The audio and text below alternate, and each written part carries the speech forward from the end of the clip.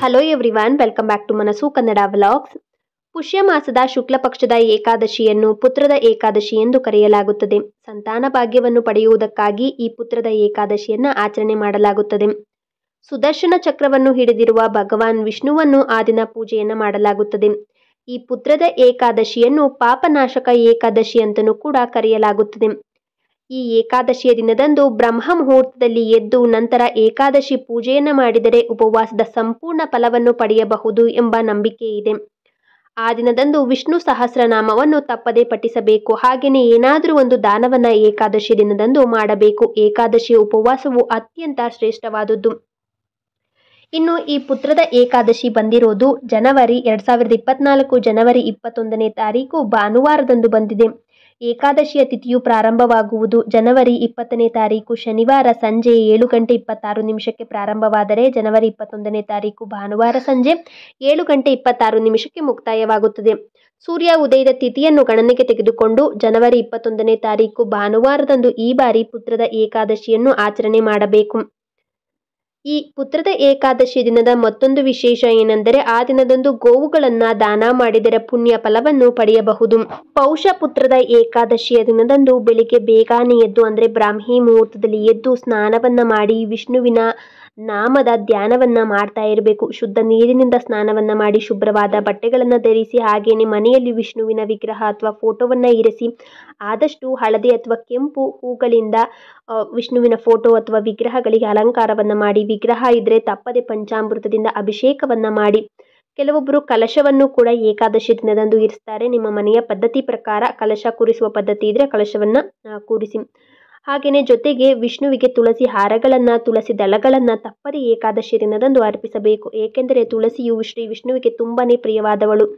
ಹಾಗೆಯೇ ಒಂದು ನೈವೇದ್ಯವನ್ನ ಅರ್ಪಿಸಿ, ನೈವೇದ್ಯದಲ್ಲೂ ಕೂಡ ತುಳಸಿ ದಳವನ್ನ ಇಟ್ಟು ಅರ್ಪಿಸಿ. ಇನ್ನು ಹಲವಾರು ಹಣ್ಣುಗಳನ್ನು ಅರ್ಪಿಸಿ ಧೂಪ ದ್ರವ್ಯದಿಂದ ಭಗವಾನ್ ವಿಷ್ಣುವನ್ನು ಶ್ರದ್ಧೆ ಭಕ್ತಿಯಿಂದ ಪೂಜಿಸಿ ಕೊನೆಯಲ್ಲಿ ಆರತಿಯನ್ನ ಮಾಡಿ. ಇನ್ನು ಏಕಾದಶಿ ಎಂದು ಬೆಳಗ್ಗೆಯಿಂದ ಮಾರನೇ ದಿವಸ ದ್ವಾದಶಿಯವರೆಗೂ ಕೂಡ ಉಪವಾಸ ಇರಬೇಕು. ಬೆಳಗ್ಗೆಯಿಂದ ನೀವು ಉಪವಾಸದ ಸಂಕಲ್ಪವನ್ನ ಮಾಡಿಕೊಂಡು ಉಪವಾಸ ಇರಬೇಕು. ಹಾಲು ಮತ್ತು ಹಣ್ಣುಗಳನ್ನು ಸೇವನೆ ಮಾಡಬಹುದು. ಇನ್ನು ಮಾರನೇ ದಿವಸ ದ್ವಾದಶಿ ಎಂದು ನೀವು ಉಪವಾಸವನ್ನ ಬಿಟ್ಟು ಊಟವನ್ನ ಮಾಡಬೇಕು. ಅಂದರೆ ದ್ವಾದಶಿಯ ದಿನ ಬೆಳಗ್ಗೆ 9 ಗಂಟೆ ಒಳಗೆ ನೀವು ಮತ್ತೊಮ್ಮೆ ಪೂಜೆಯನ್ನು ಸಲ್ಲಿಸಿ ಉಪವಾಸವನ್ನು ಬಿಟ್ಟು ಊಟವನ್ನು ಮಾಡಬೇಕು. ನಂತರ ಆ ದಿನ ಹೆಚ್ಚಾಗಿ ವಿಷ್ಣು ಸಹಸ್ರನಾಮವನ್ನು ಪಠಿಸಬೇಕು. ಪುತ್ರದ ಏಕಾದಶಿಯ ಮಂಗಳಕರವಾದ ದಿನದಂದು ರಾತ್ರಿ ಸಮಯದಲ್ಲಿ ಭಗವಾನ್ ವಿಷ್ಣುವಿನ ಭಜನೆಯನ್ನ ಮಾಡಬೇಕು, ಕೀರ್ತನೆಯನ್ನ ಹಾಡಬೇಕು. ಇದರಿಂದ ಮೋಕ್ಷ ಪ್ರಾಪ್ತಿಯಾಗುತ್ತದೆ. ಆ ದಿನ ಯಾವುದೇ ಒಂದು ಕೆಟ್ಟ ಅಭ್ಯಾಸಗಳನ್ನು ರೂಢಿ ಮಾಡ್ಕೊಳ್ಬಾರ್ದು. ಯಾವುದೇ ಒಂದು ಕೆಟ್ಟ ಕೆಲಸಗಳನ್ನು ಕೂಡ ಮಾಡಬಾರ್ದು. ಜೂಜಾಟ ಆಡಬಾರ್ದು, ಧೂಮಪಾನ ಮಾಡಬಾರ್ದು, ಮದ್ಯ ಸೇವನೆ ಮಾಡಬಾರ್ದು, ಹಾಗೆಯೇ ನಾನ್ ವೆಜ್ ಅನ್ನು ಕೂಡ ತಿನ್ನಬಾರ್ದು, ಹಾಗೆಯೇ ಕಳ್ಳತನ ಮಾಡಬಾರ್ದು, ಬೇರೆಯವರನ್ನ ಹೀಯಾಳಿಸಬಾರದು, ಮನೆಯಲ್ಲಿ ಯಾವುದೇ ಒಂದು ಕೆಟ್ಟ ಪದಗಳನ್ನು ಮಾತಾಡಬೇಡಿ, ಯಾರನ್ನೂ ಕೂಡ ಆ ದಿನ ಬೈದುಕೊಳ್ಳಬೇಡಿ. ಉಪವಾಸ ಮಾಡೋದಾದ್ರೆ ಕಟ್ಟುನಿಟ್ಟಾಗಿ ಏಕಾದಶಿ ಉಪವಾಸವನ್ನ ಮಾಡಿದರೆ ಖಂಡಿತವಾಗಿಯೂ ಕೂಡ ನೀವು ಏನು ಅಂದುಕೊಂಡು ಉಪವಾಸದ ಸಂಕಲ್ಪವನ್ನ ಮಾಡಿರ್ತೀರೋ ಅದು ಖಂಡಿತವಾಗಿಯೂ ಕೂಡ ನೆರವೇರುತ್ತದೆ. ಈ ಪೌಷಪುತ್ರ ಏಕಾದಶಿಗೆ ಒಂದು ಹಿಂದಿನ ದಂತಕಥೆ ಕೂಡ ಇದೆ, ಅಂದ್ರೆ ವ್ರತದ ಕಥೆ ಇದೆ. ಏನೆಂದರೆ ಭದ್ರಾವತಿಯನ್ನ ಸುಕೇತುಮುನಿ ಎಂಬ ರಾಜನು ಆಳುತ್ತಿದ್ದನಂತೆ. ಆತನು ತುಂಬಾನೇ ದಯೆ ಮತ್ತೆ ಉದಾರ ರಾಜನಾಗಿರ್ತಾನೆ. ಆದರೆ ಅವನಿಗೆ ಸಂತಾನ ಭಾಗ್ಯ ಇರುವುದಿಲ್ಲ.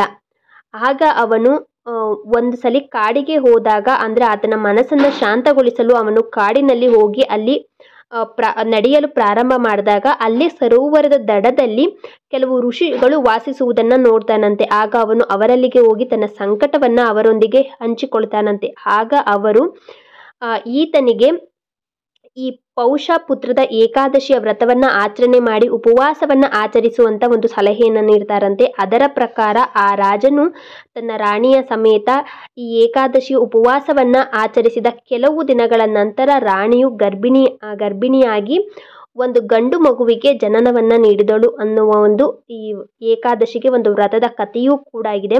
ಯಾರೆಲ್ಲ ಸಂತಾನ ಭಾಗ್ಯದ ಅಪೇಕ್ಷೆಯನ್ನ ಇಟ್ಟುಕೊಂಡಿರ್ತಾರೆ, ಅದರಲ್ಲೂ ಗಂಡು ಮಕ್ಕಳ ಅಪೇಕ್ಷೆಯನ್ನ ಇಟ್ಟುಕೊಂಡಿರುವವರು ಈ ಪುತ್ರದ ಏಕಾದಶಿ ಜನವರಿ 21ನೇ ತಾರೀಕು ಭಾನುವಾರದಂದು ಬಂದಿರುವ ಪುತ್ರದ ಏಕಾದಶಿಯ ಉಪವಾಸದ ಸಂಕಲ್ಪವನ್ನ ಮಾಡಿ ಏಕಾದಶಿಯ ಪೂಜೆಯನ್ನ ಏಕಾದಶಿ ವ್ರತವನ್ನ ಮಾಡಿ ಖಂಡಿತವಾಗಿಯೂ ಕೂಡ ಒಳ್ಳೆಯದಾಗುತ್ತದೆ. ಈ ನನ್ನ ವಿಡಿಯೋ ನಿಮಗೆಲ್ಲರಿಗೂ ಇಷ್ಟ ಆಗಿದ್ರೆ ಪ್ಲೀಸ್ ಲೈಕ್ ಅಂಡ್ ಕಮೆಂಟ್ ಮಾಡಿ. ಇದೇ ರೀತಿ ಮತ್ತಷ್ಟು ಮಾಹಿತಿಗಳೊಂದಿಗೆ ಮುಂದಿನ ವಿಡಿಯೋದಲ್ಲಿ ಸಿಗೋಣ.